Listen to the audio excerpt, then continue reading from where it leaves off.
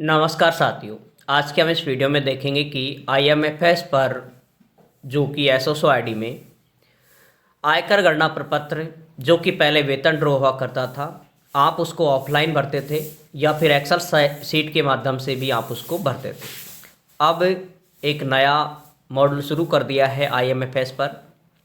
उसमें आपको यहाँ पर भरने के लिए अलग से ही एकदम इजी तरीके से आपको भरना है अब, और इसको अपनी डीडीओ को फॉरवर्ड करना है। तो आप पूरी स्टेप देखें। यहाँ पर सबसे पहले आप इसे एसओसो आईडी को लॉगिन कर लें। जैसे आप यहाँ से लॉगिन करोगे उसके बाद इस तरह का इंटरफेस आपके सामने आएगा, ठीक है। उसके बाद यहाँ से सीधा आईएमएफएस 3.0 पहला ही जो ऑप्शन है उसी पर आपको क्लिक करना है। इसको आप जैसे ओपन करोगे आईएमएफएस को, उसके बाद इस तरह का इंटरफेस आपके सामने आएगा। अब यहाँ से आप देख सकते हैं ये ऑप्शन आएंगे। अब यहाँ पर सेकंड नंबर का जो ऑप्शन है जिसे आप यहाँ पर देख सकते हैं, सेकंड नंबर का एम्प्लॉय सेल्फ सर्विस, या आपने पहले भी आप जब पे स्लिप या GA55 डाउनलोड करते हो उस समय भी आपको दिखाई देता है। अब यहाँ से आप देख सकते हैं,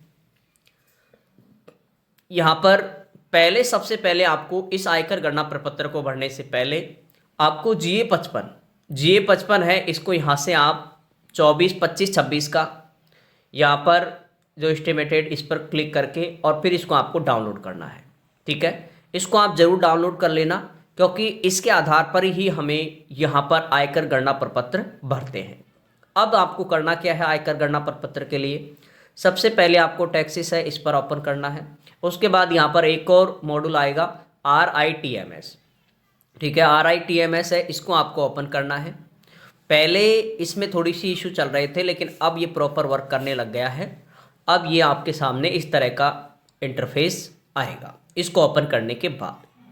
अब यहाँ पर आपको करना क्या है, सबसे पहले आपको यहाँ पर माई डिक्लेरेशन इस पर आपको ओके करना है। जैसे माई डिक्लेरेशन पर ओके करोगे यहाँ पर आपकी ग्रॉस सैलरी ज़रूर चेक कर लेनी है। ग्रॉस सैलरी आप यहाँ पर देख सकते हो 8,28,111।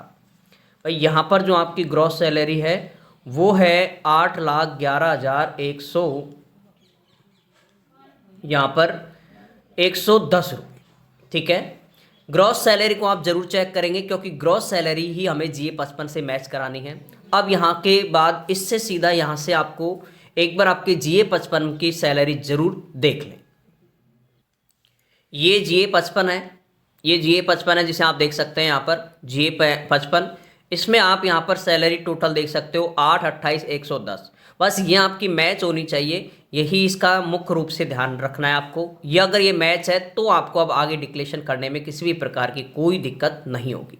जैसे आप देख पा रहे हैं माई डिक्लेरेशन में जाओगे आप तो उसके बाद में आपको यहाँ पर नीचे की साइड, जैसे आप इसको और नीचे की साइड करना और इधर यहाँ पर आपको ये ऑप्शन मिलेगा डिक्लेरेशन, इस पर आपको ओके करना है, ठीक है। इसको इस तरह का इंटरफेस आपके सामने आता है। अब यहाँ पर अगर आप न्यू रिजिम से भरना चाहते हो तो यहाँ पर न्यू आपको सेलेक्ट करना है। न्यू में आप यहाँ पर देख सकते हैं हर एक को income from house property for यहाँ पर इन केस ऑफ लॉस, इसको आप अगर आपने कोई आपका अगर कोई भी हाउस प्रॉपर्टी से अगर कोई इनकम हो रही है तो उसको आप यहाँ पर सेलेक्ट भर सकते हैं, यहाँ पर जो जितनी भी हो रही है। उसके बाद यहाँ पर इंटरेस्ट एंड सेविंग अकाउंट, और उससे आपको कोई इंटरेस्ट मिला है तो उस टोटल आपकी जो भी आपके अकाउंट में जितना भी इंटरेस्ट मिला है उसको भी आप यहाँ पर एंट्री कर सकते हैं ताकि वो टोटल इनकम में शो हो जाए। इसके अलावा अदर एनी अदर इनकम, इसको भी आप यहाँ पर कर सकते हैं अगर कोई भी अगर अन्य आपको कोई इनकम हुई है तो। यहाँ से आप देख सकते हैं, देखो यहाँ पर आप एंट्री कर सकते हैं इनकी, ठीक है। यहाँ पर इनकी आप एंट्री कर सकते हैं अगर कुछ हुआ है तो, अन्यथा आप इसे छोड़ें। और फिर इसमें भी आपको डिडक्शन ऑफ इंटरेस्ट अगर इसमें कुछ है तो भी आप इसे एंट्री कर सकते हैं यहाँ पर, अन्यथा इसको आप माइनस कर दें। इसके अलावा मंथली TDS, अगर आपने कोई टैक्स की कोई कटौती कराई है या फिर आप कराना चाहते हो आगे तो आपको यहाँ पर एंट्री करनी है कि आप कितना कटाना चाहते हैं। तो इनको आपको भरना है। बाकी न्यू रिज्यूम में आपको कुछ भी ऐसा स्पेशल नहीं है, क्योंकि ये रिज्यूम में आपको लगभग सारे एक टैक्स के अलावा बाकी सारे खाली ही रखने होते हैं।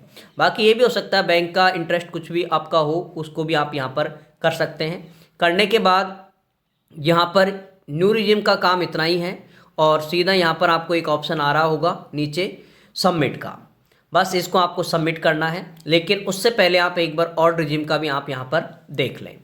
ऑल्ड रिज्यूम का जैसे आप यहाँ पर करोगे ऑल्ड पर, तो उसके बाद ये ऑप्शन आएंगे, और जिनकी आय लगभग प्रोविशन काल वाले सारे ही ऑल्ड से भरें, क्योंकि प्रोविशन में आपका कोई टैक्स बनता नहीं है। अगर आप भविष्य में हाउस रेंट मतलब वो लेते हो होम लोन, तो उसमें आपको छूट मिलती है।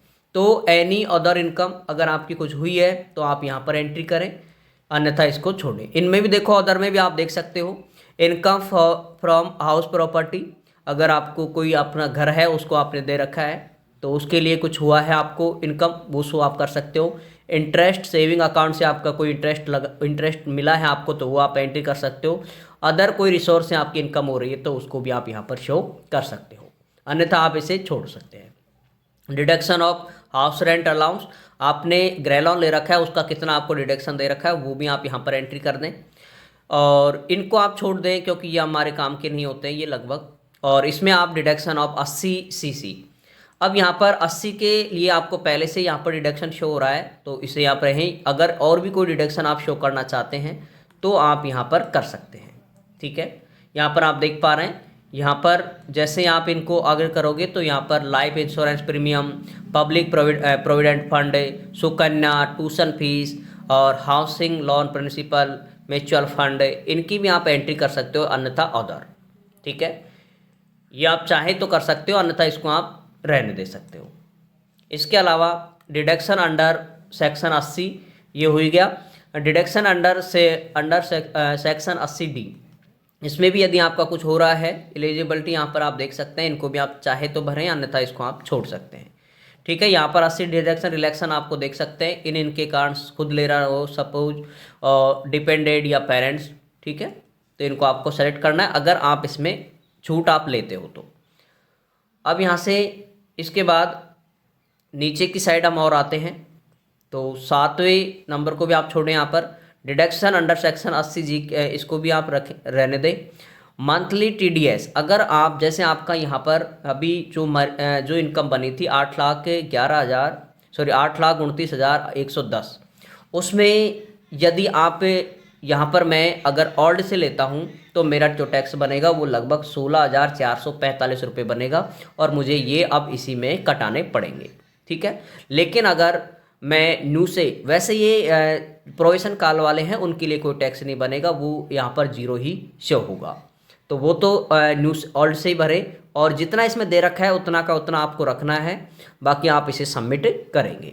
अब जैसे मुझे इसको और न्यू से भरना है तो आपको न्यू से यहाँ पर ओके करें, और इसको करने के बाद न्यू से फिर नीचे सबमिट करना है यहाँ पर, ठीक है। सबमिट करने के बाद यहाँ पर आप देख सकते हैं एंटर नेम एज पर आधार, यानी आपका आधार में जो नाम है वो नाम यहाँ पर आपको एंट्री करना है, ठीक है। अपना आधार कार्ड के अनुसार अपना नाम डालते हैं, उसके बाद यहाँ पर वेरीफाई एंड ई साइन पर आपको ओके करना है। इस पर जैसे आप जाओगे उसके बाद आपके सामने इस तरह का इंटरफेस आएगा जिसे आप यहाँ पर देख सकते हैं, और यहाँ पर वापस आपसे कुछ कह रहा है जिसको भी आप यहाँ पर देख सकते हैं, एंटर आधार नंबर।